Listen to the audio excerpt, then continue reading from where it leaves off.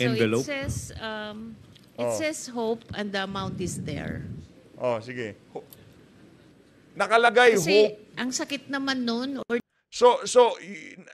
Hope nakalagay. Yung amount 50,000. Meron bang pirma ni VP Sara? Meron bang nakalagay hope para sa iyo yan, ha? Para ma-impluwensyahan namin yung mga desisyon mo.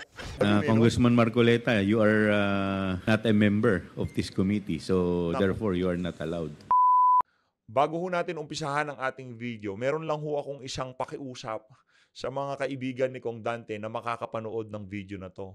Mangyaring pakishare ho dito kay Congressman Rodante Marcoleta itong video na to. Meron lang ho kasi tayong gustong sabihin dito kay Congressman Rodante Marcoleta. Kong Dante, no, kahit tanggalin ho kayo bilang miyembro, bilang vice chair, bilang chairman, sa lahat ng komite dyan sa House of Representatives, makakaasa ho kayo dito sa PH Update.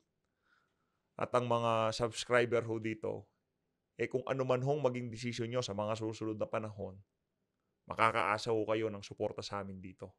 Nalungkot lang ho tayo dun sa ating nabalitaan na tinanggal itong si Congressman Marcoleta dyan sa mga komite sa House of Representatives. Kaya sa bagay, nagawa na rin ho ni Kong Dante yung parte niya. Hindi para kampihan si VP Sara, ha. Linapitan na nga siya ni VP Sara. Wag na ho kayo magpaka-stress sa akin, sabi nga nitong si VP Sara. Yung pagtayo ni Congressman Rodante Marcoleta ay hindi para ipagtanggol itong si Vice President Sara Duterte. Ang pagtayo ni Kong Dante dahil yun ho ang tama. Dahil marami na hong nagagawang kamalian o marami ng rules na nababiolate yung mga kasama niya dyan sa House of Representatives. At yung pagtayo ho niya na yon ay hindi naman para sa mga Duterte. Para ho yun sa sambayan ng Pilipino. Dahil sa mga susunod na buwan, no, sa mga susunod na panahon, sa susunod na 3 taon, makikita ho natin ang talagang totoong brasuhan. Yang nakikita ho natin na yan dyan sa House of Representatives, mga ano pa lang ho yan, mga introduction sa kung anong mga mangyayari sa susunod na buwan, susunod na taon. Mas grabe pa ho ang ating mga inaasahan. At balita ho natin, tinatrabaho na yung iba't ibang mga channel dito sa YouTube at sa FB, yung mga pages, ginagawa na ng kung ano-anong mga issue para matanggal itong mga page, itong mga channel na to, no? Pero gagawa ho tayo ng backup channel natin. Kung sakaling mawala to, makita nyo pa rin ho yung mga ginagawa nating reaction video. Again, Kong Dante, kahit na anong mangyari, nasa likod nyo ho yung mga Pilipinong nagnanasa ng tunay na pagbabago. Yun ho yung mga sumusuporta sa inyo. Ang mga sumusuporta kay Congressman Rodante Marcoleta ay yung mga talagang punong-puno na sa mga kabalbalan at kabalintunan ang ginagawa ng administrasyon na to. At tayo ho, kasama ho tayo sa bumoto sa administrasyon na to. Aminado ho tayong nagkamali tayo. Pero dun sa pagkakamali natin na yon, natuto ho tayo at ngayong mga panahon na to, pinipilit ho nating itama yung mga kamali ang ginawa natin sa mga nakalipas na panahon. Bago natin umpisahan ang ating talakayan, isang like at isang subscribe, sobrang saya na ho natin dyan para hong nagpapalakpakan ang ating mga mata pagka nakikita natin yan, no? At sa mga gustong sumali sa ating community, click nyo lang ho yung join button sa baba para pagka meron ho tayong bagong upload, kayo ho ang pinakaunang makakakita nito. Hayun na nga mga kababayan. Balik na ho tayo sa ating forma. O kung Dante, kung napanood mo na itong portion na to, pwede na ho kayong umalis. Grabe, pinaalis tong si Dante, no?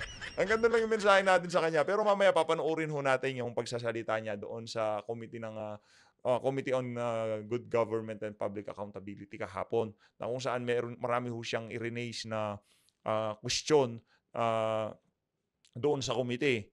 Bakit inuna pang tinalakay yung mga bagong privilege speech noong mga tauhan ni Tambaluslos dyan sa House of Representatives. Gayong marami na ho palang privilege speech itong si Congressman Rodante Marcoleta kaugnay dyan sa DepEd, dyan sa kung ano mga konektado yan sa mga pinag-uusapan nila dyan sa komite nitong si Congressman Joel Chua. Ngayon na nga mga kababayan, dito sa bahagi ng video natin na to, pag-usapan ho natin itong hamon ni Kong Hun dito kay Vice President Sara Duterte. Kakasaka ba, VP Sara, hinamon ni Rep Kong Hun na magpa-lie detector test?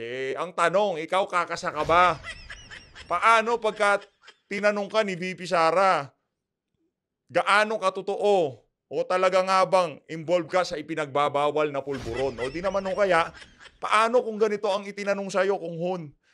Sa mga nakalipas na panahon, nakatikim ka na ba ng ipinagbabawal na pulburon?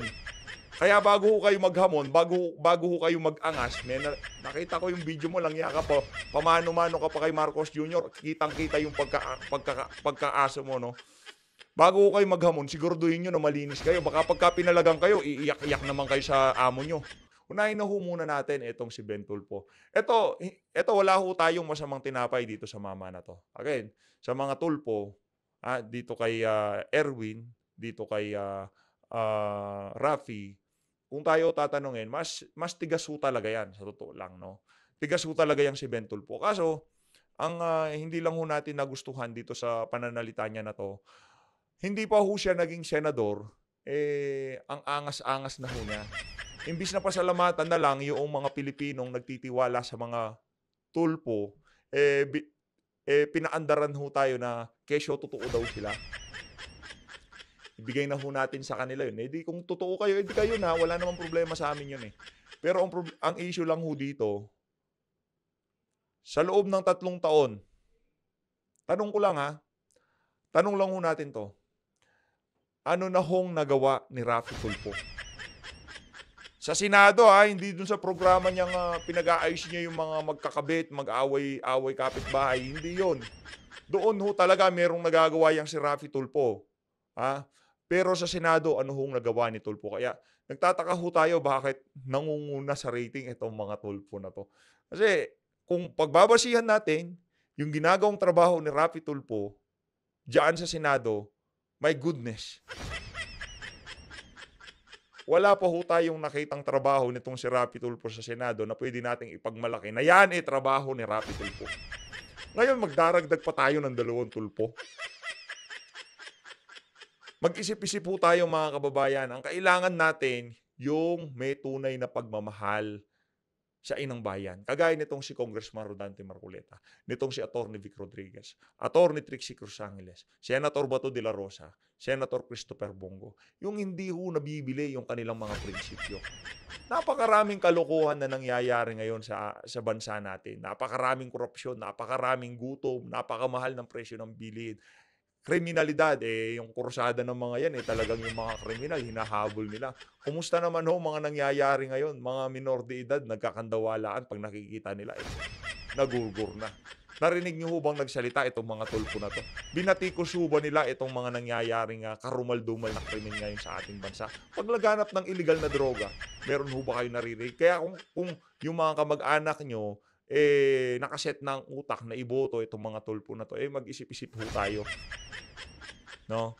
Mag-isip-isip po tayo. Alam niyo, itong si Rafi Tulfo, kung di lang siya nagpapakaaso dito sa administrasyon at yung pagtayo niya, talagang para yung makikita ho natin, yung tipong style ni Tatay Digong, yung naging politiko ho kasi sila yung prinsipyo, yung tapang na ipinapakita nila sa television at social media, hindi ho natin nakikita sa trabaho nila. Alam niyo, yung gutom ho mga kababayan, yun ho talaga pwedeng mag-angas itong si Rafi Tulfo Yung presyo ng napakamahal na presyo ng kuryente, napakamahal na presyo ng pangunahing bilhin. Pwede ho siyang mag-ingay Pwede ho siyang kumbaga magpakitang gilas doon sa mga doon sa mga issue, pero hindi ho natin naririnig kasi hindi popular. Matatamaan ang administrasyon ni Marcos Jr.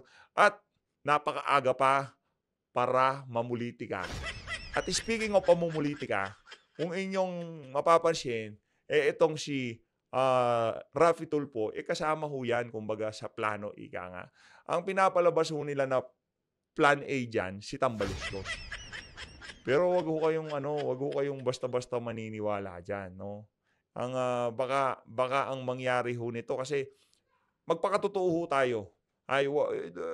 Doon lang ho tayo sa realidad, ika nga. Hindi ho mananalo yang si Tambaluslos kay Vice President Sara Duterte kahit ano pang paninirang gawin niyo dyan sa ali. 2028, magsho-showdown yung dalawa na yan, magdidebate, naku po. Mag-diet ka muna, sir. Yun lang yun. Pero yung wild card na Raffy Tulfo, hindi ho malabong mangyari yun. Tahimik lang yan si Raffy Tulfo. Lahat ng ingay na kay VP Sara, na kay Tambaluslos, na kay Marcos Jr. Pero itong si Raffy Tulfo, tahimik lang. Siya hong nakikinabang sa lahat ng ingay na nangyayari ngayon sa social media. Kayo mga kababayan, ano hong masasabi nyo dito sa ano na to? Dito sa senior nitong si Sir Ibi Ugalbot. Palakpakan muna natin, no? Shoutout dito kay Sir Ibi. Palakpakan. Sa huling session day ng Kamara bago mag-recess ang Kongreso, pinagtibay sa plenaryo ng House of Representatives ang pagtatanggal kay Sagi Party List Representative Rodante Marcoleta sa ilang House committees. Walang binanggit na dahilan sa pagkakatanggal ni Congressman Marcoleta sa 5 komite, partikular na ang Appointments, Energy, Justice, Public Accounts at Constitutional Amendments. Dating Vice Chairperson ng House Energy at Justice Panel si Marcoleta. Ang mosyong ito ay inihain ni Deputy Majority Leader Iloilo City Representative Jam Baronta. Si Manila Teachers Party List Representative Virgilio Lacson naman ang hahalili sa membership ni Representative Marcoleta. Grabe yun. Grabe ho yung ginawa kay Kong Dante. Napakatindi ho ng mga committee na yon na kinalulooban, no, nitong si Kong Dante na tinanggal siya. Nakakalungkot. Mr. Speaker, on the part of the majority, I move to nominate and elect to the Commission on Appointment, to the Committee on Energy, to the Committee on Justice, to the Committee on Public Accounts, and Consi Amendments, Representative Virgilio Lacson, Vice Representative Rodante Marcoleta. So moved, Mr. Is there any objection? Chair hears none. Motion is approved. Bilis, no? Talaga. Kilalang taga-suporta ni Vice President Sara Duterte si Congressman Marcoleta. Nito lamang din buwan ng Setyembre nang tanggalin sa pagiging Vice Chairperson at miyembro ng House Committee on Good Government and Public Accountability ang kongresista. Naniniwala si Congressman Marcoleta tinanggal siya sa House Committees dahil sa paninindigan nito sa mga umiiral na panuntunan, regulasyon at standards ng parliamentary practice. Alam mo, Kong Dante, ang ginawa mo na yan, hindi ho, mawawalang kabuluhan, ika nga. Nakatatak ho sa utak ng bawat Pilipino na naghahanap ng tunay na pagbabago, yung mga ginawa na yan nitong si Congressman Rodante Marcoleta. Yung pagkakatanggal niya dyan sa mga komite na yan, hindi ho ibig sabihin na tapos na ang laban, ika nga. Nag-uumpisa pa lang ho tayo. Rekta ho tayo dito mga kababayan noong tinanong itong si VP Sara kaugnay doon sa video. Ito, pakinggan natin itong si Vice President Sara Duterte. Ito yun, Inquirer ito, yung kinuha ko. Pero I think kinary din siya ng iba't ibang media outlets.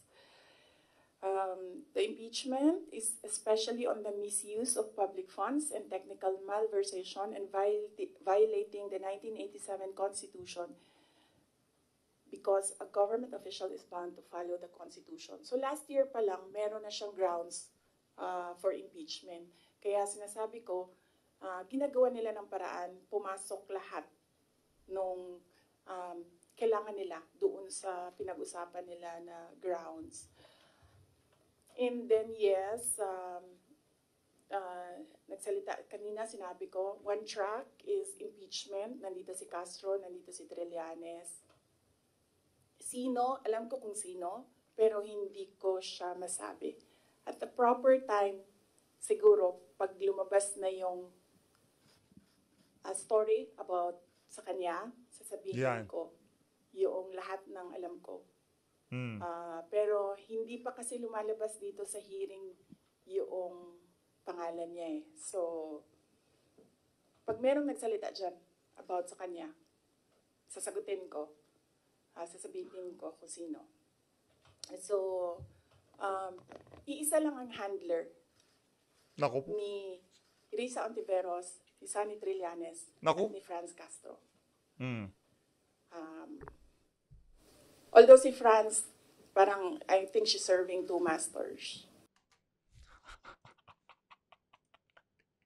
Iisa lang ho ang handler. Iisa lang ho yung handler ng mga yan. No? Hindi siya Prado. direct doon sa isa. Dito lang siya sa isa.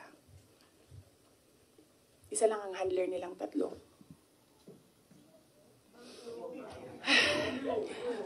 Grabe ang lalim nung buntong hininga nitong si Kasi ang dami nyo ng materials. Pag inubos natin lahat ngayon, wala na kayong trabaho bukas. Sa susunod na araw, sa susunod na buwan, ano po yung Pambihira trabaho talaga to si ninyo? Wala na kayong balita. Hindi. Hindi. Alam niyo naman Gusto niyo lang manggaling sa akin. Alam niyo kung sino. Gusto niyo lang manggaling sa akin. Pero mamaya na kasi meron kasi siyang kwento kasi hindi pa kasi lumalabas. So hindi ko malabas yung kwento. So,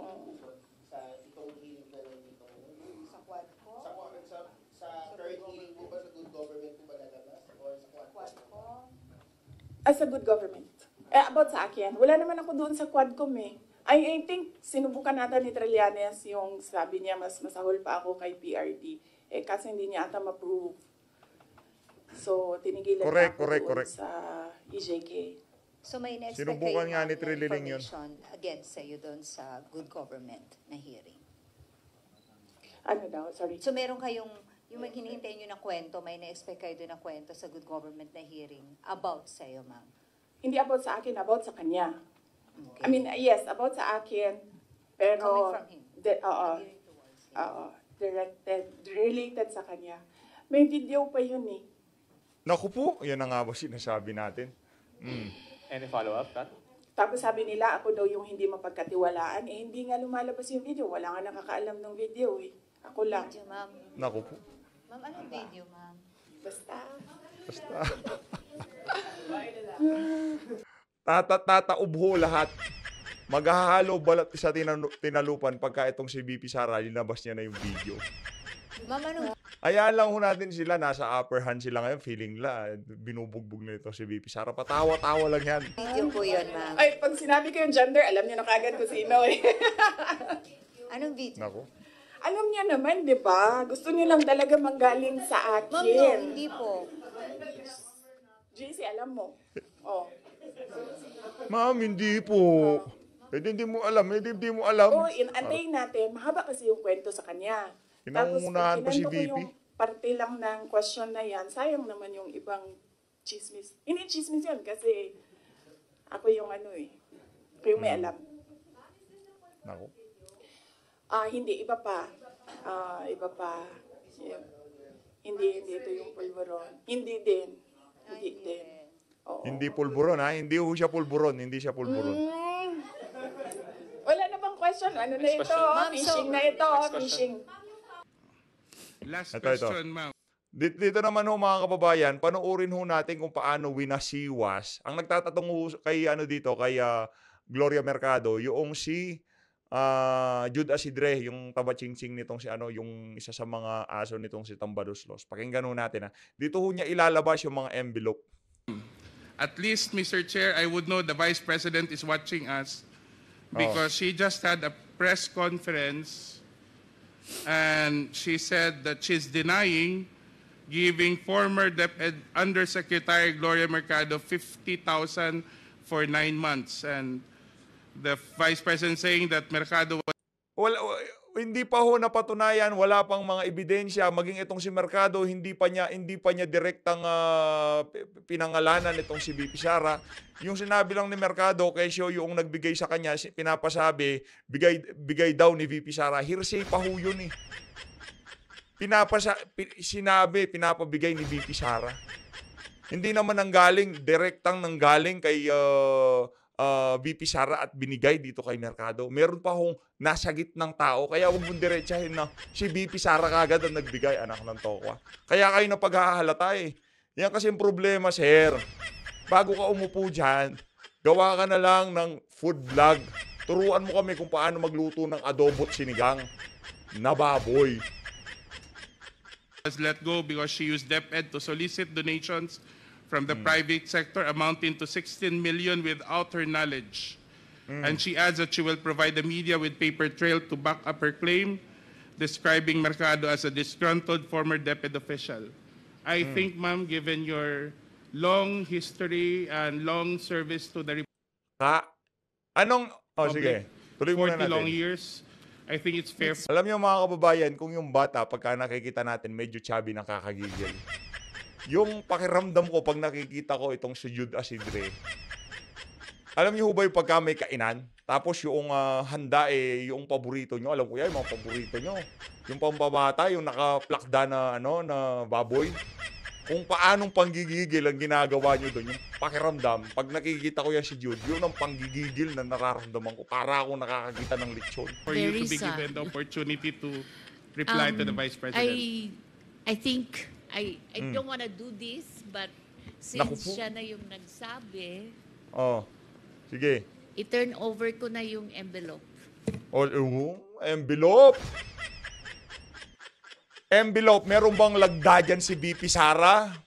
Meron bang nakalagay dyan from VP, from Secretary of Department of Education to itong si Madam Solicit. The envelopes where the money was. Naku po. Comsec, So Paki- it's 9 envelopes. Masyado ka pang paarte-arte. Dala mo na yan eh. At pinadala sa'yo yan. Tatangahin nyo pa kuha sa po bayanan eh. So Envelope? it says hope and the amount is there. Sige. Nakalagay Kasi hope. ang sakit naman nun, or So hope nakalagay. Yung amount 50,000. Meron bang pirma ni VP Sara? Meron bang nakalagay hope para sa'yo yan para ma-impluwensyahan namin yung mga desisyon mo. Pero yung pagsusulisit mo ng 18 million, merong dokumento. ordinaryo lang akong trabahante. Hindi ka ordinaryo, nagsusulisit ka ng 16 million, madam. Wag mo ka, yan na naman, bumabalik na naman ho tayo dun sa form natin. Kalmado ako kanina.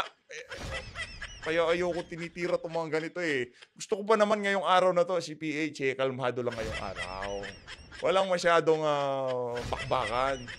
Tapos, inano ka ng Vice President, di ba? It's Hindi very ka painful. Loko, si Raulo. Inaano ka ng Vice President, it's painful. Pero ikaw, meron kayong ina-allege na meron ka natatanggap na envelope galing kay VP Sara. Hindi, sa tingin mo, hindi niya sasabihin yung mga kabulukan mo?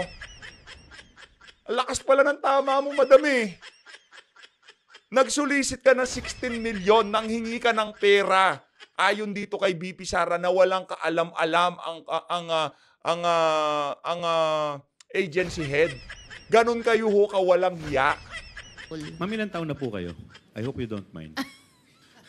Hindi, gusto ko lang pong malaman Close na close silang dalawa nitong si Lichon nitong si Isidre kasi sabi po ninyo 40 years na po kayo in government. I'm 65, sir, but So when you were appointed as USEC noong 2022 ba? 2022?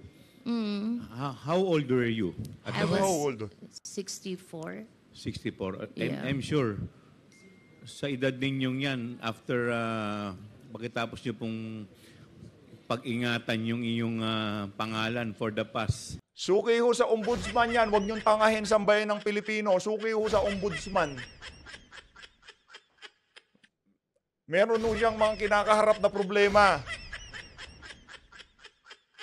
Suki, ibig sabihin pumapasyal siya doon.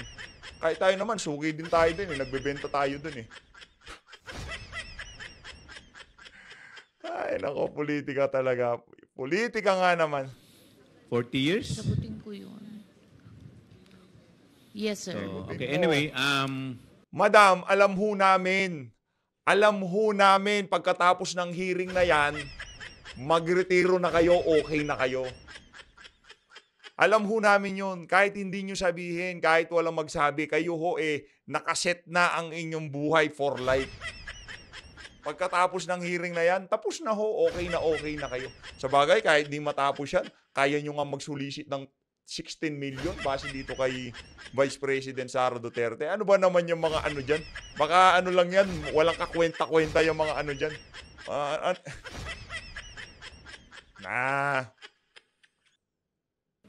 Sir, Mr. Chairman, I'd like Mr. Chairman, Mr. Chairman, Mr. Chairman, Mr. Chairman, itong si Karapalil Walhati, itong si pangalan ito, Kareps Paduano. Mr. Chairman, Mr. Chairman, dito po ako. Ay, Mr. Chairman. Mr. Chair, can I continue first? Congressman, wait, before I recognize Congressman Paduano, ma'am, lulundagin Congressman Marcoleta, you are... Ito si Kong Dante na ho. Dito na ho, alam na ho niya. Alam niyo, nabasag ho puso natin dito Alam na niya na wala siyang kakampi. Alam na niya na yung papasukin niya kural ng mga leon. Kural ng mga, hindi, mali pala. Kural ng mga, ano ba yung pinakatusong hayop sa buong mundo. Basta yun ang pinasok nitong si Congressman Rodante Marcoleta. Pero yung pagiging leon at tigre, pagiging agila nitong si Kong Dante, dito ho natin nakita. At humilib ho tayo dito sa ginawa na to ni Congressman Rodante Marcoleta.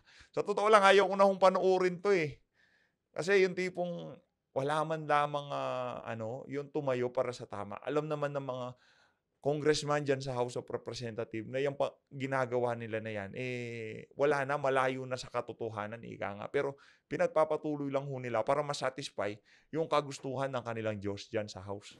not a member of this committee, so therefore you are not allowed. Naku. I think, Mr. Chair, we have yet to resolve that because, as you said in the last hearing, my removal as a vice chair of this committee was a plenary action. And therefore, there should be a plenary action to remove me as a member of this committee. I would like to believe, Mr. Chair, that when I was installed as a vice chair of this committee, it presupposes membership. I am supposed to be deemed a member because if I were not a member, I cannot be appointed as a vice chair. The officiality of that is the position is only a privilege, but membership is organic. So until and unless that was to be resolved, Mr. Chair, I think you have to recognize me as a member of this committee because even if I admit or I will probably accede to you that I am not a member, kahit hindi po ako member sa committee ito, being a member of the House of Representatives, I have the right to make issues and to raise issues. That's why I'm asking your permission to do so, Mr. Chair. You can at any time make a manifestation. In fact, I've been recognizing you po.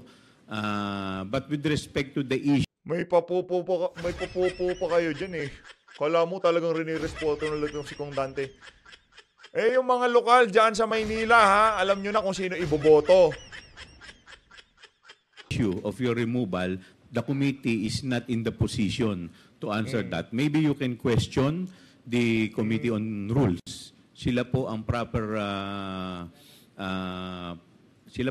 committee na po pwede pong sumagot sa Yes, inyo pong Mr. Chair, that is katanungan. correct. The only reason why I answered you back because you said that I am not a member of this committee.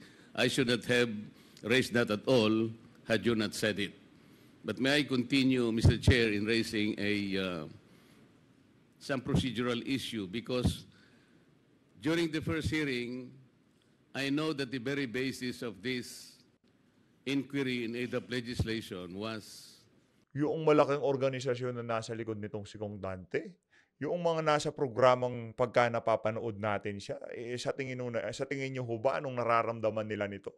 Pagka nakikita nila itong ating Kong Dante Marcoleta, binababoy nitong mga walang yang baboy nitong si Tambaloslos, itong mga aso ni Tambaloslos. Tayo talagang lubos na, di ba, nalungkot noong nabalitaan ho natin yan.